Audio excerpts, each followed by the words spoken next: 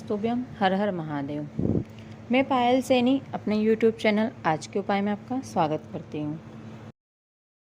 6 जुलाई से सीहोर में गुरु शिव महापुराण की कथा शुरू हो चुकी है। आज कथा का 5वां दिन था।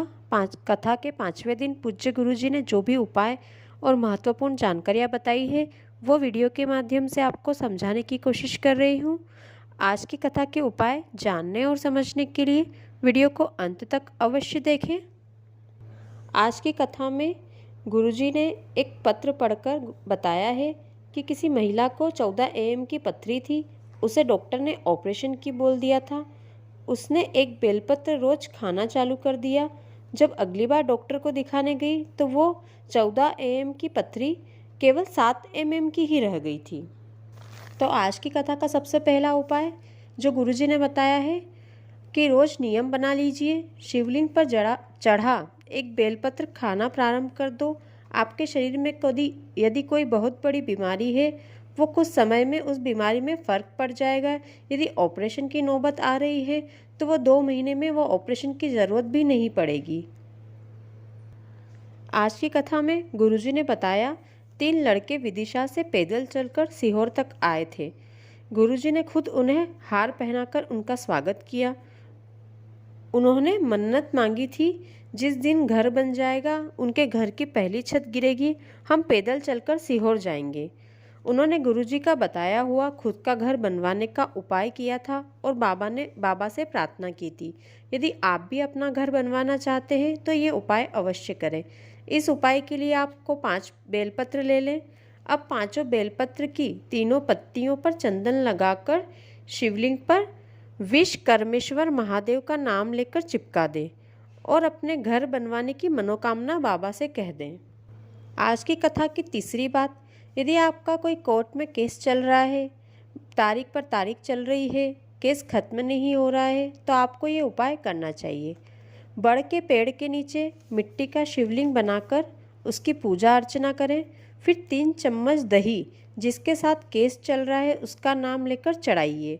अब वो दही शिवलिंग के ऊपर से वापस अपने हाथों में ले लें और उस दही को अपने हाथ पर मसलकर किसी सफ़ेद रुमाल पर छापे लगा लें। अब शिवलिंग को बटकेश्वर महादेव का नाम लेकर नदी में विसर्जित कर दें। जब अगली तारीख हो उस तारीख को उस रुमाल की घड़ी कर अपनी जेब में रखकर केस कोर्ट जाएं। आप उस केस को जीतकर ही घर आएंगे।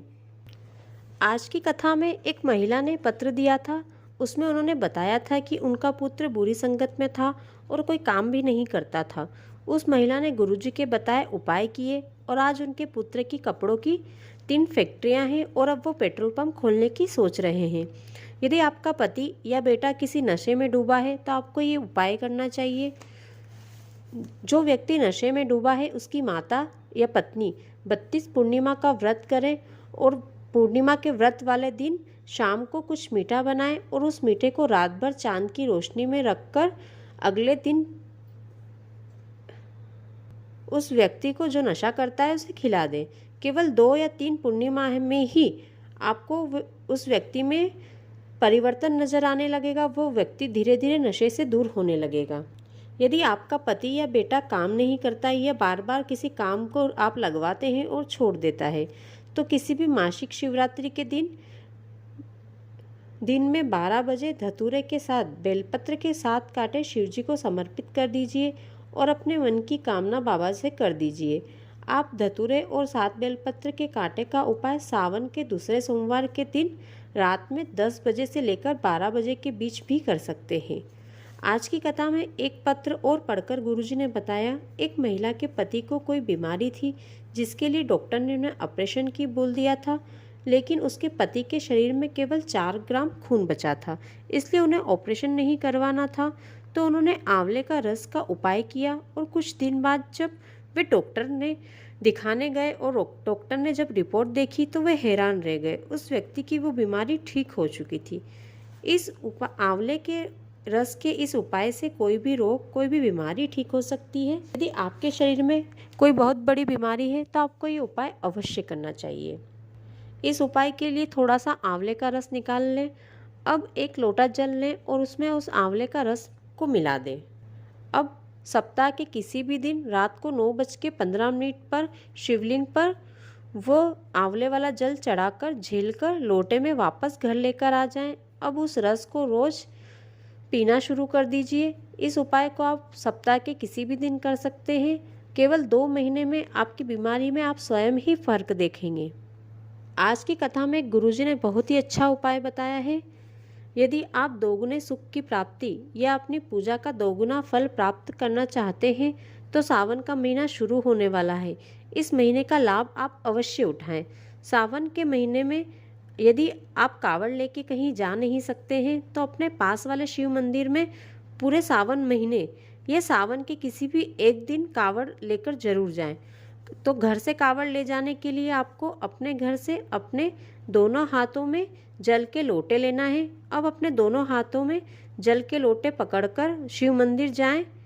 अब दोनों लोटे का जल एक साथ एक धार लगाकर एक साथ शिवलिंग पर चढ़ाएं। इस प्रकार सावन में जलाभिषेक करने से आपको अपनी पूजा का दोगुना फल प्राप्त होगा। वीडियो को अंत तक देखने के लिए धन्यवाद। वीडियो अच्छा लगा हो तो वीडियो को लाइक और शेयर करें। कमेंट में हर हर महादेव लिखें। साथ ही चैनल को सब्सक्राइब कर लें। धन्यवाद।